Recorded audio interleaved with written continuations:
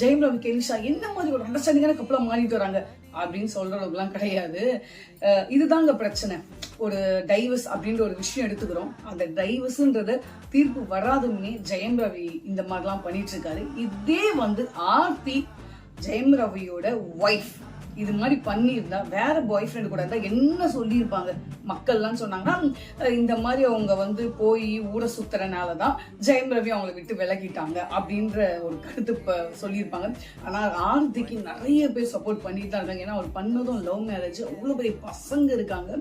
என்னதான் உட்காந்து தீராத விஷயம் இருக்காது அப்படின்னு எல்லாரும் சொல்லுவாங்க. ஐயோ உங்களுக்கு என்னங்க தெரியும், அவங்க கஷ்டப்பட்டாலும் தெரியும் அப்படின்னு தாங்க நினைப்போம். நீங்க ஒரு ஹீரோவா இருக்கீங்க, எல்லாரோட நிறைய யங்ஸ்டர்ஸ்க்குலாம் நீங்க ஒரு ஹீரோவா தெரியுறீங்க. ஆனா உங்களுடைய லைஃப் இந்த மாதிரி இருக்குன்றது உங்களுடைய மகனுக்கே நீங்க ஹீரோவா இருக்க முடியாது. ஒருத்தர் வில்லனா நம்ம நினைச்சோம்ல, அவருடைய கருத்து மட்டும் பாருங்களேன். அந்த அம்மா இங்க பக்கத்துல ஒண்ணு இல்லையே. இல்ல, தெய்வம் தந்த தெய்வமா என் மனைவியை நான் நினைக்கிறேன். ஏன்னு தெரிஞ்சுக்கலாமா?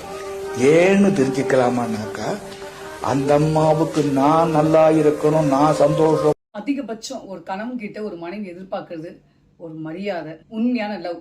ஆனா ஆர்த்திக்கு நிறைய செலிபிரிட்டிஸ் எல்லாம் அவங்களுக்கு சப்போர்ட் பண்ணிட்டு தான் இருக்காங்க. முக்கியமா சொன்னா நம்ம ராதிகா அவர்கள் எப்படி இருக்கு, இப்படி பார்க்க எனக்கு சந்தோஷமா இருக்கு அப்படின்னு. ஏன்னா கொஞ்ச நாள் ரொம்ப டிப்ரெஷன் இருந்தாப்புல அவங்க ஆர்த்தின்றவங்க, ஜெயம் ரவியோட ஒய்ஃப். ஸோ இப்போ என்ன சொல்லியிருக்காங்கன்னா, நீங்க தயவு செஞ்சு உங்க பிள்ளைங்களை பாரு, அதை ஃபோக்கஸ் பண்ணி ஓடு அப்படின்னு சொல்லி அவங்க அட்வைஸ் பண்ணியிருக்காங்க. ஆர்த்திக்கு அவங்களுக்கு ஒரு சின்ன ரிக்வஸ்ட் தான். என்னன்னா, ஜெயம் ரவி அவங்க கிட்ட இருந்து மீண்டு வராங்களோ இல்லையோ, இந்த ஒரு சின்ன ஒரு விஷயம் கண்டிப்பா நீங்க மீண்டு வரணும். கண்டிப்பா உண்மையான லவ் தோக்காது, ஜெயிக்கும். இப்ப இருக்க டைவர்ஸ்க்கு காரணமே நம்ம பெத்தவங்களை பார்த்து வளர்ந்தா கண்டிப்பா அதை தவிர்க்கலாம்.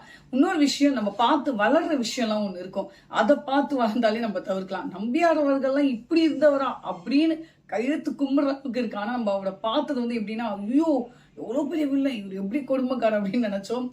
அதுதான் ஹீரோ நினைக்கிறவங்க எல்லாரும் ஹீரோ ஆயிட முடியாது, வில்லன் நினைக்கிறவங்க எல்லாம் வில்லனாவே ஆயிட முடியாது. அதே மாதிரிதான் வாழ்க்கை. பொண்டாட்டினா பொண்டாட்டி தான், அவள் தான்.